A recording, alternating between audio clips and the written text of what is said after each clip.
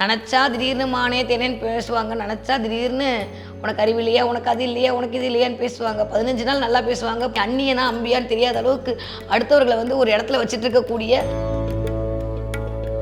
ஊருக்கு நீங்கள் தான் ராஜா, உலகத்துக்கு நீங்கள் தான் ராஜா, கொடுக்கக்கூடிய ட்ரெஷரரே நீங்கள் தான். ஏன்னா குரு தான் வந்து உச்சமடைகிறாரு, உலகத்துக்கே ட்ரெஷர் நீங்கள் தான். ஆனால் வீட்டுக்கு அங்கே 1008 கொஸ்டின் மார்க் தான் நிற்கும்.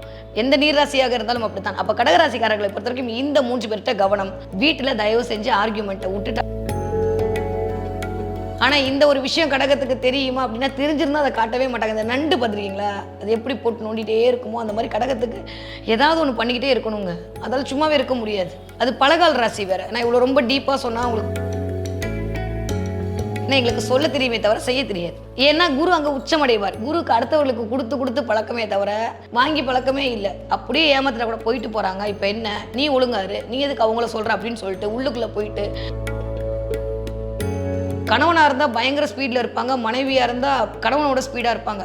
அப்போ இது பார்க்கலாம், வெயிட் பண்ணு அப்படி இவங்களுக்கு கோபமாக வரும். என்ன நீ நான் சொல்லிக்கிட்டே இருக்கேன், வெயிட் பண்ணு. எத்தனை நாள் தான் நான் வெயிட் பண்ணுறது? இதை தான் பண்ணணும், இந்த சட்டை தான் போடணும், இந்த ஷூ தான் போடணும், இந்த லேஸ் தான் கட்டணும். அதை தாண்டி ஏதாவது பண்ணிட்டா நல்லா இருக்கா, ஓகே அவங்களுக்கு பிடிச்சதை பண்ணிட்டா அப்படியே.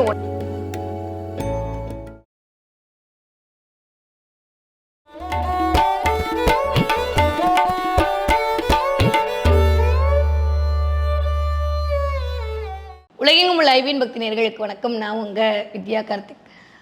ராசிகளுடைய குணங்களுக்கு அப்பாற்பட்டு என் ராசிக்கு நான் என்ன பண்ணால் என் லைஃப்பில் ஜெயிச்சிடலாம், இந்த இடத்துல நான் கவனமாக இருக்கணும், யாரை பார்க்கணுன்ற மாதிரி நிறைய பயணப்பட்டு கொண்டே வரும். அந்த வகையில் இப்போ நம்ம பார்க்கக்கூடியது தன்னுடைய கனிவான பேச்சால் அனைவரையும் கவரக்கூடிய கடகராசினியர்கள். கடகராசினியர்களுக்கு யாருக்கிட்ட கவனமாக இருக்கணும்? கடகம் அப்படின்னாலும் நமக்கு எல்லாம் தெரியும். நான் எப்பவுமே சொல்கிற மாதிரி ஒவ்வொரு ராசிக்கும் ஒவ்வொன்று சொன்னேன். மனதால் மற்றவர்களே எப்படியே வசியப்படுத்தி வச்சுக்கக்கூடிய ஆட்கள் கடகராசிக்காரங்க தான். நினச்சா திடீர்னு மானே தேனேன்னு பேசுவாங்க, நினச்சா திடீர்னு உனக்கு அறிவு இல்லையா, உனக்கு அது இல்லையா, உனக்கு இது இல்லையான்னு பேசுவாங்க. 15 நாள் நல்லா பேசுவாங்க, அந்நியனா அம்பியான்னு தெரியாத அளவுக்கு அடுத்தவர்களை வந்து ஒரு இடத்துல வச்சுட்டு இருக்கக்கூடிய. எனக்கு தெரிஞ்சு 40 வருஷம் ஆனால் கூட இது அந்நியனா அம்பியான்னு கண்டுபிடிக்க முடியலன்னு அந்த பாட்டிகள்லாம் சொல்கிற அளவுக்கு தாத்தாக்கள் இருப்பாங்கன்னா பார்த்துக்கோங்களேன். அந்தளவுக்கு கடகராசிக்காரர்களை யாராலும், நானும் ஒரு 17 வருஷமாக ஆய்ச்சி பண்ணுறேன், இன்னும் முடியல. ஸோ கடகராசிக்காரர்கள் இப்படித்தான் அப்படின்ற ஒரு ஃபிக்ஸுக்குள்ளேயே வர மாட்டேங்கிறாங்க. அப்படிப்பட்ட கடகராசிக்காரர்களுக்கு அதெல்லாம் ஒரு யூனிக் தானே, எல்லாராலையும் முடியுமா? எப்பயுமே நம்மளுடைய ரகசியங்களை அடுத்தவர்கள் அறியாமல் வைத்திருக்கிறது தான் வந்து கெத்து இல்லையா? அந்த மாதிரி கெத்தாக இருக்கக்கூடிய ராசி கடகராசி. அப்போ கடகராசிக்காரர்கள் யாரிடம் கவனமாக இருக்க வேண்டும்? உண்மையாக சொல்லட்டுமா, டக்குன்னு ஏமாந்துருவாங்க. நீ ஏமாறுறன்னு தெரியாமல் ஏமாறக்கூடிய ஒரு ராசி கடகம். எப்பயுமே வந்து 4 பேர் கூடயே இருக்கணும், இல்லாட்டி கடகத்துக்கு கை காலெலாம் நடுங்கிடும். ஆனால் அந்த 4 பேர் தான் அவங்களுக்கு பிரச்சனைன்றதே கடகத்துக்கு புரியாது. போகும்போது ஒரு 4 பேரோடு இருக்கணும், வீட்டுக்குள்ளே சொந்த பந்தமாக உட்காந்துருக்கணும். எங்கள் வீட்டுக்காரங்கன்னு சொல்கிறதுல அப்படி ஒரு அதீத கர்வம், அதீத ஒரு ஆளுமை.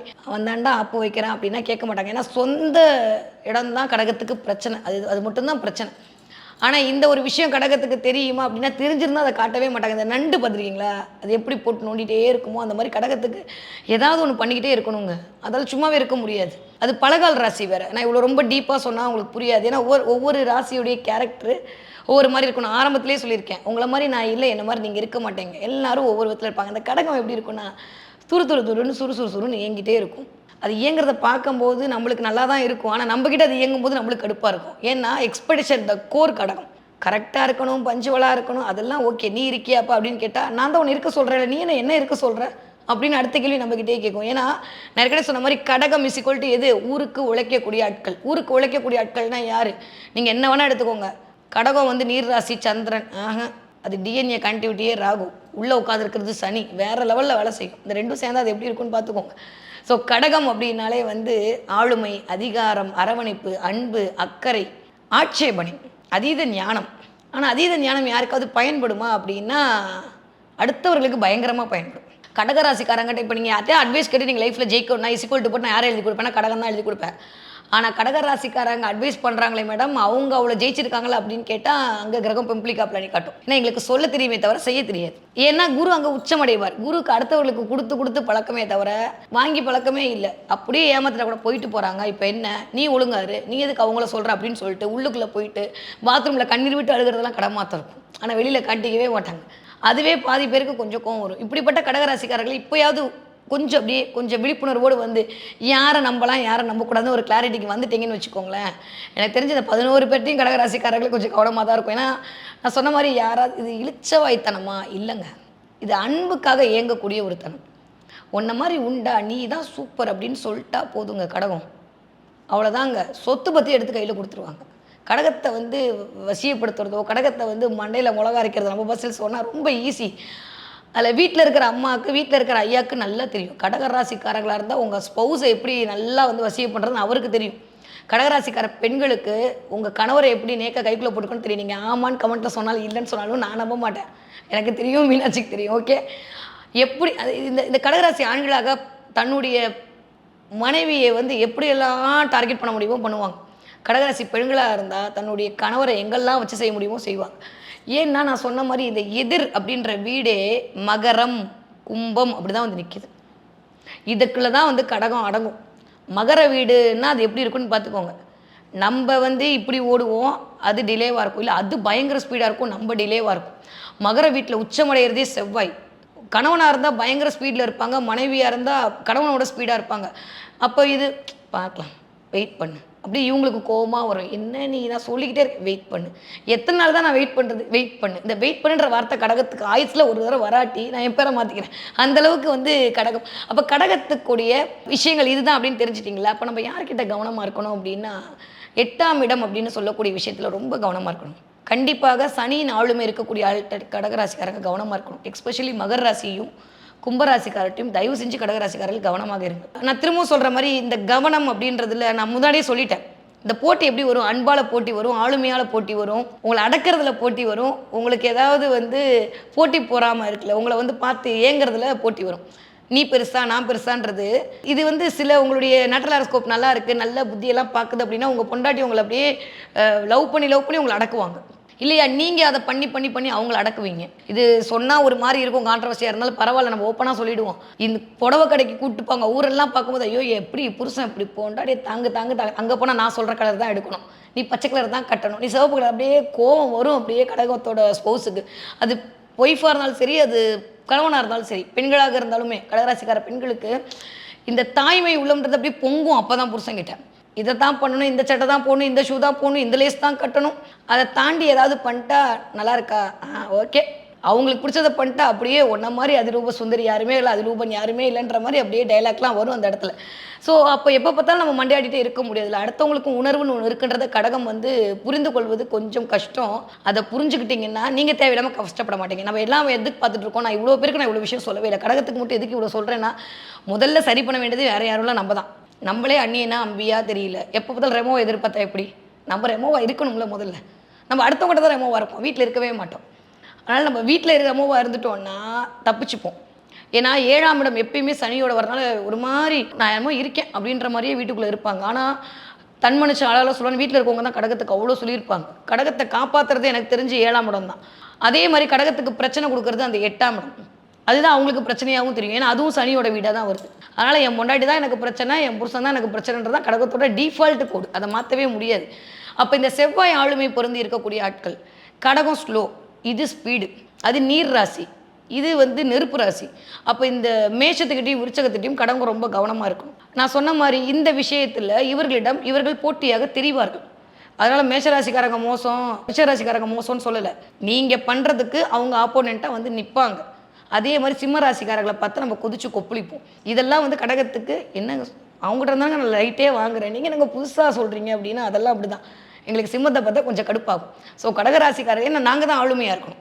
நான் சொன்ன மாதிரி கடகம் அப்படின்ற பிளானட் மட்டும் கொஞ்சம் நல்ல வகையில் உங்களுடைய நேட்டலாரோஸ்கோப்பில் இயங்கி விட்டது அப்படின்னால் ஊருக்கு நீங்கள் தான் ராஜா, உலகத்துக்கு நீங்கள் தான் ராஜா, கொடுக்கக்கூடிய ட்ரெஷரரே நீங்கள் தான். ஏன்னா குரு தான் வந்து உச்சமடைகிறாரு, உலகத்துக்கே ட்ரெஷர் நீங்கள் தான். ஆனால் வீட்டுக்கு அங்கே 1008 கொஸ்டின் மார்க் தான் நிற்கும்.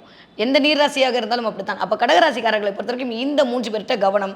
வீட்டில் தயவு செஞ்சு ஆர்கியூமெண்ட்டை விட்டுட்டாலே கடகம் ஆல்மோஸ்ட் பாதி செட் ஆகும். ஏன்னா நம்ம எதை விடணும் எதை பார்க்கணுன்ற மாதிரி தான் பார்த்துட்டு இருக்கோம் இல்லையா. இதை மட்டும் பண்ணாலே மோர் தென் எனஃப். ஓகே, கடகராசிக்காரர்களை பொறுத்த வரைக்கும் எதில் பார்த்து கண்ணுப்படுவாங்க? கடகராசியை பார்த்தாலே கண்ணுப்படுவாங்க சீரியஸாகவே. ஏன்னா கொஞ்சம் அமுல் பை மாதிரி கொழுக்கு முழுக்குன்னு இருப்பீங்களா, இது இயல்பாகவே இருக்கும். குருவுடைய ஆளுமை வேறு இருக்குமா, என்ன அறிவு, பேசியே வசப்படுத்திடுவீங்க அடுத்தவரை. உங்களுடைய பேச்சை பார்த்து அடுத்தவர்கள்லாம் வந்துட்டு அப்படியே கண்ணுப்படுவாங்க. நீங்கள் பார்த்துக்கிறீங்கள அக்கறை, உங்களுடைய அக்கறையை பார்த்து அடுத்தவர்களுக்கு பொறாமை வரும். நீங்கள் காட்டுற அக்கறையை பார்த்து அடுத்தவங்க பொறாமைப்படுவாங்க. சொன்னாங்கன்னா எப்படி பார்த்துக்கிறான், எவ்வளோ அழகாக அவனை வச்சுக்கிறான், நீ என்ன அவனை குத்தம் சொல்கிற அப்படின்னு கடகராசி ஆண்களை பார்த்து அவங்க மாமியாரே அவங்க பொண்ணை திட்டும். அந்த மாதிரி இருக்கும். கடகராசி பெண்களை பார்த்தா எப்படி புருஷனை பார்த்துக்குது இந்த பிள்ளை, இதை போய் தப்பு சொல்கிறாங்க. அப்போ நீங்கள் காட்டுற அக்கறை தான் உங்களுக்கான பொறாமையாக வந்து சேரும் அப்படின்றத புரிஞ்சுக்கோங்க. அதே மாதிரி 6ஆம் இடம் தான் கண்ணுப்படக்கூடிய இடமா இருக்கும்னு நான் சொல்லியிருக்கேன். அப்போ கடகத்துக்கு 6ஆம் இடமாக வரக்கூடிய இடமே எதுவாக வருது அப்படின்னா ஆல்மோஸ்ட் குருவோட வீடாக வருது. அப்போ உங்களுடைய அட்வைஸ், நீங்கள் பண்ணுற அட்வைஸை பார்த்தே பொறாமை வரும். உங்களோட மூளையை பார்த்து, உங்கள் மூளையை பார்த்து அடுத்தவங்க கண்ணு வைப்பாங்க. கடக ராசியாக இருக்கும்ல, கடகத்தில் எந்த ஒரு பிளானட் இருந்தாலும் அவர்களுடைய மூளையை பார்த்து அடுத்தவர்கள் பொறாமைப்படுவார்கள். அதுக்காண்டி நான் மூளையை காட்டாமல் இருக்க முடியுமா, நான் வந்து அறிவை காட்டாமல் இருக்க முடியுமானா காட்டுங்க. ஆனால் எல்லாருக்கிட்டையும் அறிவை காட்டாதீங்க. தயவு செஞ்சு இதை மட்டும் ஃபாலோ பண்ணிங்கன்னா போதும். ஏன்னா எதை லைட்டாக திருத்திக்கிட்டா நான் சரி பண்ணிட முடியுன்ற மாதிரி உங்களுடைய எல்லா விதமான உணர்வுகளையும் எல்லா விதமான அறிவையும் எதிராளிக்கு தெரியுன்ற அவசியம் இல்லை. ஏன்னா நிறைய டேட்டா வச்சுட்டு இருக்கிறது தான் கடகம். நான் யாருன்னு உனக்கு காட்டணுன்றது எப்பயுமே கடகத்தில் இருக்கக்கூடிய இயல்பான டிஃபால்ட் கேரக்டர். எனக்கு எவ்வளோலாம் தெரியும் பாருன்றதை அது காட்டணும்னு அது ஆசைப்படுவது கடகத்தோட பிரச்சனை, உங்கள் பிரச்சனை இல்லை, சந்திரனோட பிரச்சனை. ஓகே, அதனால் இதை மட்டும் நீங்கள் கம்மி பண்ணிக்கிட்டீங்கன்னா போதும். ஓகே, கடகராசிக்காரர்கள் என்ன தெய்வத்தை ஆயுசுக்கும் வழிபாடு செய்தால் உங்களுக்கான நன்மை எல்லாம் கூடி வரும் அப்படின்னா, கடகராசிக்காரர்களுக்கு காவல் தெய்வங்களுடைய வழிபாடு மிகச்சரியான முறையில் வேலை செய்யும். மிகச்சரியான முறையில் வந்து காவல் தெய்வம் கால பைரவரை பிடிச்சிட்டாங்கன்னா கடகராசிக்காரங்க டாப்பில் போயிடுவாங்க.